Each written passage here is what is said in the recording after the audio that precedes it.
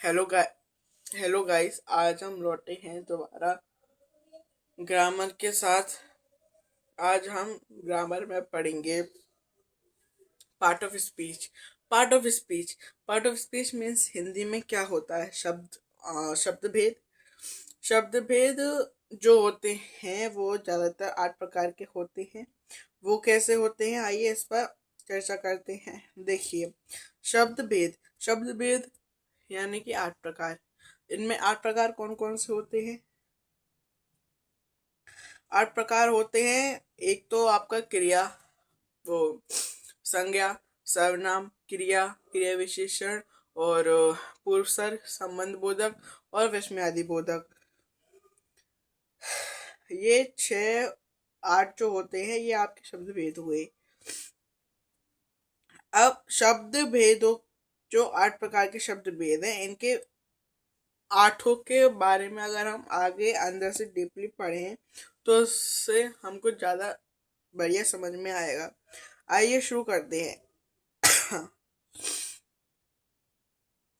देखिए, संज्ञा। संज्ञा संज्ञा हम जानते हैं कि आह,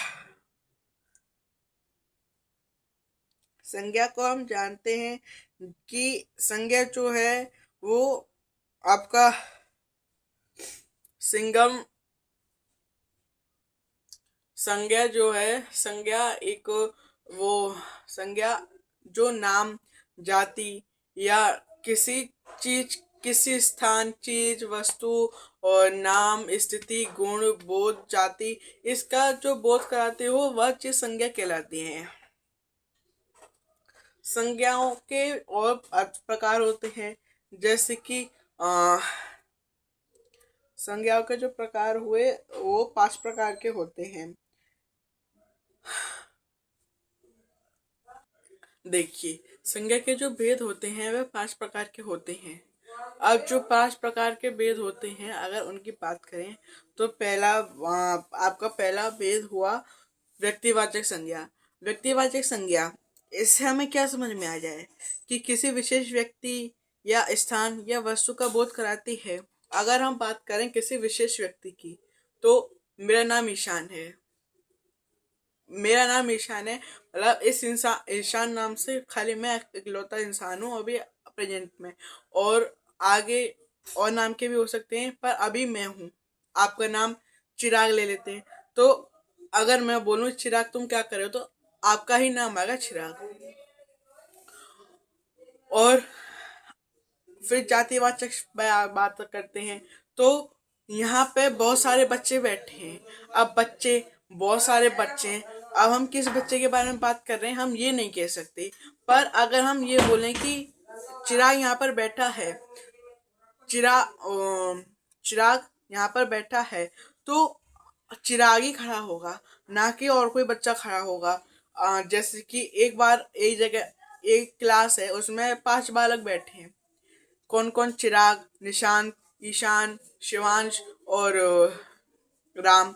अब किसी ने बोला कि चिराग खड़े हो जाओ, तो चिराग ही तो खड़ा होगा, ना कि राम, श्याम और ईशान, निशांत, ये सब नहीं खड़े होंगे। चिराग का नाम लिया तो चिराग ही खड़ा होगा। उसके बाद उसके बाद आगे चलें, तो आगे ये तो संज्ञाएं आपको समझ में आई, व्यक्तिवाचक और जातिवाचक। एक बार फिर बताते हैं। देखिए, व्यक्तिवाचक संज्ञा किसी विशेष व्यक्ति, वस्तु, स्थान।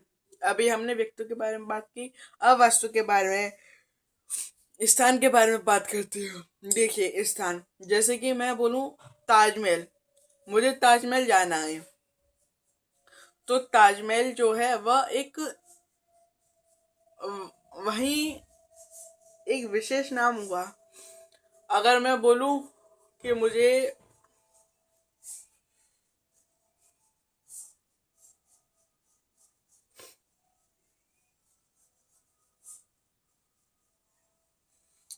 अ, अगर इसी तरह प्रकार स्थान, स्थान की बात करें तो स्थान, हाँ, इसी प्रकार वस्तु की बात करें तो वस्तु में कि मुझे पेन चाहिए। पेन कई प्रकार के होते हैं। तो आदमी किस प्रकार का पेन उसको ला कर देगा वे उस पर डिपेंड करता है। अगर हम बात करें, एक पेन को ले लेते हैं डोम्स का पेन। अब हम बोले मुझे डोम्स का ब्लैक पेन चाहिए, तो आदमी उसी विशेष पेन को लेगा जिसकी किसी ने डिमांड की है।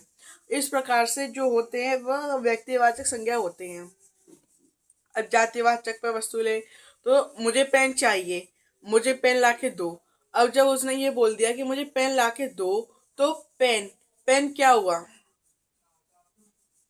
पेन, पेन,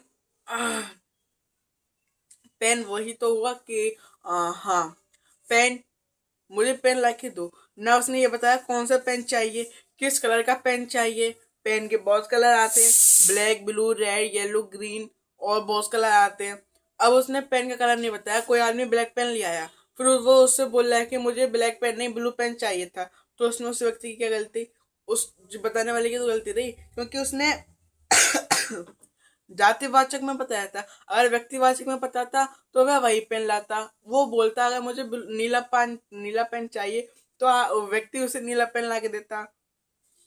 अब इसमें भी जातिवाचक में उसने बोल दिया नीला पेन चाहिए। बहुत से लोगों की आदत होती है कि वह एक कंपनी का पेन पकड़ लेते, केवल उसी से काम करते हैं। अब उस व्यक्ति को डॉम्स का पेन अच्छा लगता है, और अगला पेन लिया है सुपरा का, तो वह उसमें भी वो निकालेगा। तो इसलिए जानकारी और संज्ञा बहुत जरूरी होते हैं। जातिवाचक संज्ञा में खाली पेन आएगा, और व्यक्तिवाचक संज्ञा में उसकी कंपनी और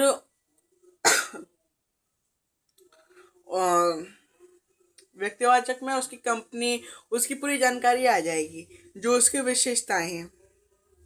आगे चलें तो भाव भाववाचक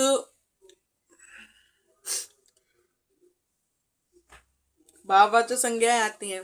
भाववाचक संज्ञाएं, देखिए इसके नाम से पता चल रहा है कि भाववाचक, भाववाचक में हम प्यार, नफरत, मोहब्बत और बहुत सारी चीज, गुस्सापन, उदासपन, बहुत सी मतलब भाव वाली फीलिंग्स, जिन्हें हम फीलिंग्स बोलते हैं, फीलिंग्स आएंगे सभी। अब फीलिंग्स, फीलिंग्स अगर हम बात करें फीलिंग्स की, तो फीलिंग्स जैसे कि मैं उससे प्यार करता हूँ, I love hymns, I loves him. तो अब इसमें लव, लव वो क्या हुआ? लव नाउन है, कौन सा नाउन है? अब आदमी बोलेगा लव, लव प्यार, प्यार जो है भाववाचक संज्ञाएं हुई। अगर इसी प्रकार से हम लें कि मैं उसे नफरत करता हूँ, आई हेट्स हिम, तो हेट्स नफरत, नफरत भी नफरत भी आपका वो भाववाचक संज्ञा हुई। तो ये भाववाचक, इसके नाम से ही समझ में आ रहा है कि भाववाचक मतलब आदमी के मन के भाव को जो प्रकट करता हो, वह भाववाचक संज्ञाएं कहलाती हैं। उसके बाद द्रव्यवाच्य संज्ञा, द्रव्यवाच्य संख्या जैसे कि किसी भी धातु या उसका बोध कराते हो। उसने सोने की चेन पहन रखी है, उसमें सोने की चेन। अब चेन का हमें धातु पता चल रहा है किस धातु से बनी हुई है, तो सोना, सोना हुआ आपका द्रव्यवाचक। अगर हम बोलें कि वो मील का पत्थर है, मील का पत्थर, मील का पत्थर, तो हमें इससे समझ में आ रहा है कि हाँ ये मील का पत्थर है। अगर इसी तरीके से हम लें कि ये पावर बैंक लोहे का है, तो हमें इसके समझ में आ रहा है कि ये जो है पावर बैंक, ये धातु से बना हुआ है। ये चीज हमें समझ में आई कि अब हम इसी प्रकार से लें कि ये डिब्बी, यस बस की डिब्बी, ये प्लास्टिक से बनी हुई है, तो इसका धातु क्या हुआ? प्लास्टिक, प्लास्टिक का हुआ ये। और इसी प्रकार से हम लें ये कागज, मतलब ये डायरी, ये डायरी भी आपके धातु हुई। अब ये किस चीज से बनी है? ये कागज से बन वो पेड़ से कट के उसके पेड़ से बनी है। तो इसमें धातु क्या कहलाएगा? वो पेड़ इसमें धातु कहलाएगा कि ये उस धातु से बनी है, जिस धातु का नाम पेड़ है। तो वह चीज हुई इसकी धातु। इस प्रकार से जो है ये होते हैं। फिर इसका जो आखिरी वो आता है वो है समूहवाचक। समूहवाचक से हमें क्या समझ में आता है? समूहवाचक, देखिए, समूहवाचक जो है, समूहवाचक,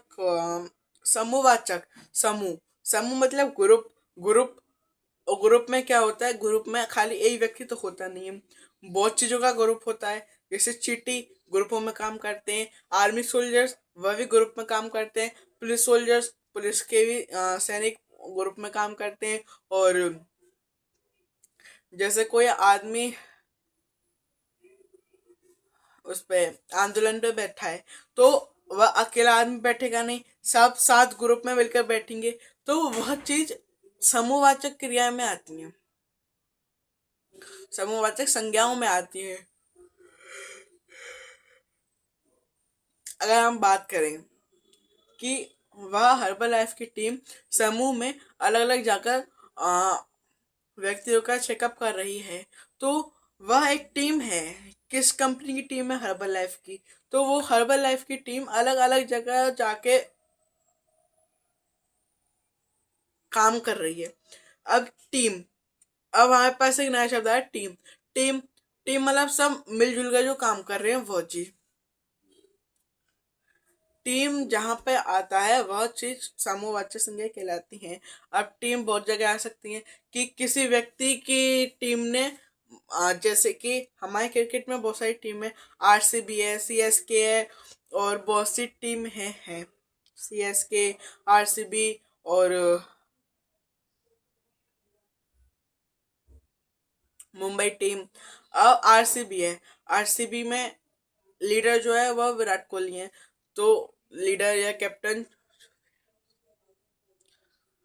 वो टीम का लीडर या कैप्टन जो है वह अपनी पूरी टीम को गाइड कर रहा है।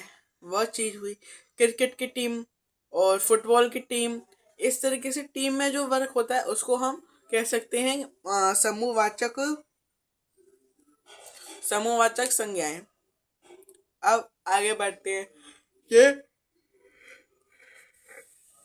शब्द भेद का पहला पार्ट हुआ जिसका नाम था संज्ञा। अब बात करते हैं सर्वनाम की। सर्वनाम, सर्वनाम, सर्वनाम वह शब्द होते हैं जो कि सर्वनाम, सर्वनाम वह शब्द होते हैं कि सर्वनाम वह शब्द होते हैं कि जो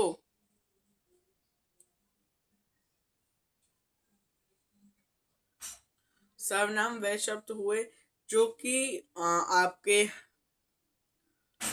संज्ञा के समय प्रयुक्त होते हैं। अगर हम बात करें कि सर्वनाम, सर्वनाम क्या चीजें हैं? सर्वनाम अगर जैसे कि राम एक अच्छा लड़का है, राम बहुत काम करता है, राम रोज पढ़ता है, राम रोज खाना खाता है। अब इसमें जो है वो बार बार राम नाम आ रहा है, तो ये कुछ अटपटा और कुछ वैसा बढ़िया टाइप में लग रहा। और हम अगर बात करें, राम एक अच्छा लड़का है, वह रोज नहाता है, वह रोज स्कूल जाता है, वह रोज पढ़ाई करता है, वह रोज खाना खाता है। अब इसमें जो राम की जगह वह आ गया, वह तो भी एक पल के लिए सही लग रहा है कि हाँ, एक बार उस व्यक्ति का नाम पता चला कि हाँ ये राम है और राम की ये खास विशेषता है, तो इसको हम ये समझ में आ गया। अब आगे चलें तो प्रोनाउन में पर्सन्स होते हैं, पर्सन्स। पर्सन्स से हमें क्या समझ में आते हैं? पर्सन जो होते हैं वह तीन प्रकार के होते हैं, first person, second person, third person. Third person, third person, तीन पर्सन हुए। अब अगर हम हिंदी में बात करें तो प्रथम पुरुष, द्वितीय पुरुष, तृतीय पुरुष। प्रथम पुरुष, प्रथम पुरुष में प्रथम पुरुष, प्रथम पुरुष में एक होता है एक वचन और बहुवचन। एक वचन में आता है मैं, दो बहुवचन में आता है हम। तो एक वचन में अगर हम बात करें तो मैं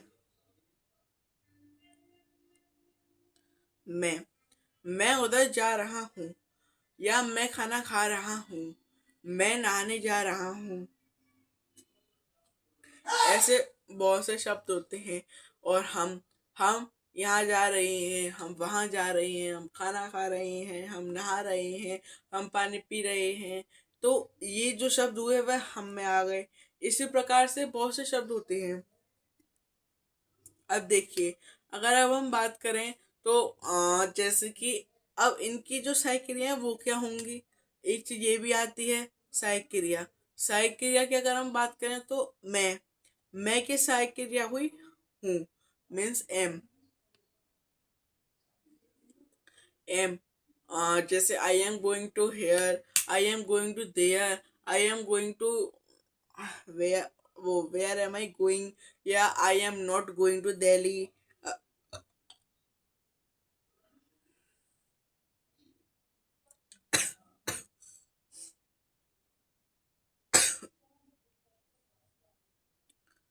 आई am not going to Delhi. इसी प्रकार से जो मैं की बहुत चीज होती हैं।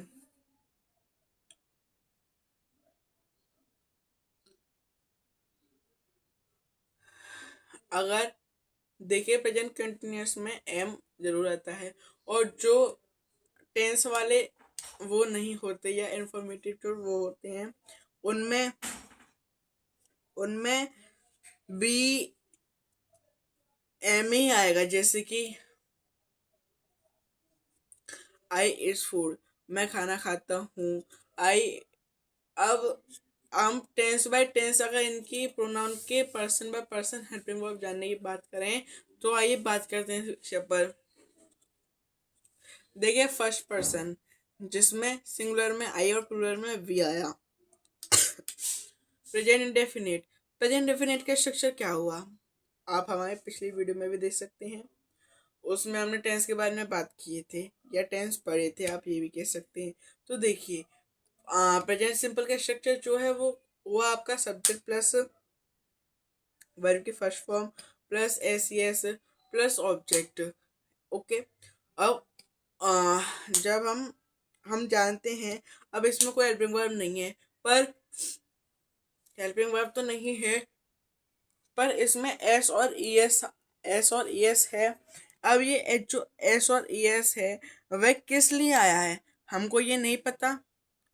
एस और ई एस, एस और ई एस का मीन्स हुआ कि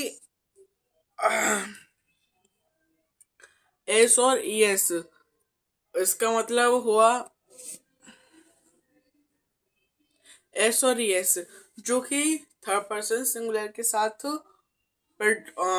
आती हैं। थर्ड पर्सन सिंगुलर के साथ, ओनली एंड ओनली सिंगुलर, यही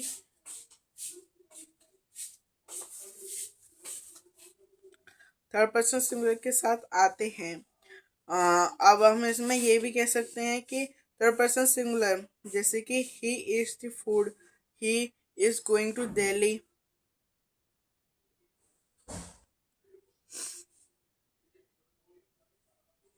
ही is he he goes to Delhi, वह Delhi, he goes to Delhi, he goes to Delhi. फिर उसके बाद ही एट्स ही एट्स द फूड, वह खाना, he eats the food, he eats the food, वह खाना खाता है। ही इट्स द फूड, वह खाना खाता है। ही एट्स द फूड मतलब वह खाना खाता था। अब देखिए इसमें एट्स की हमने अगर बात की है तो ही एट द फूड हुआ।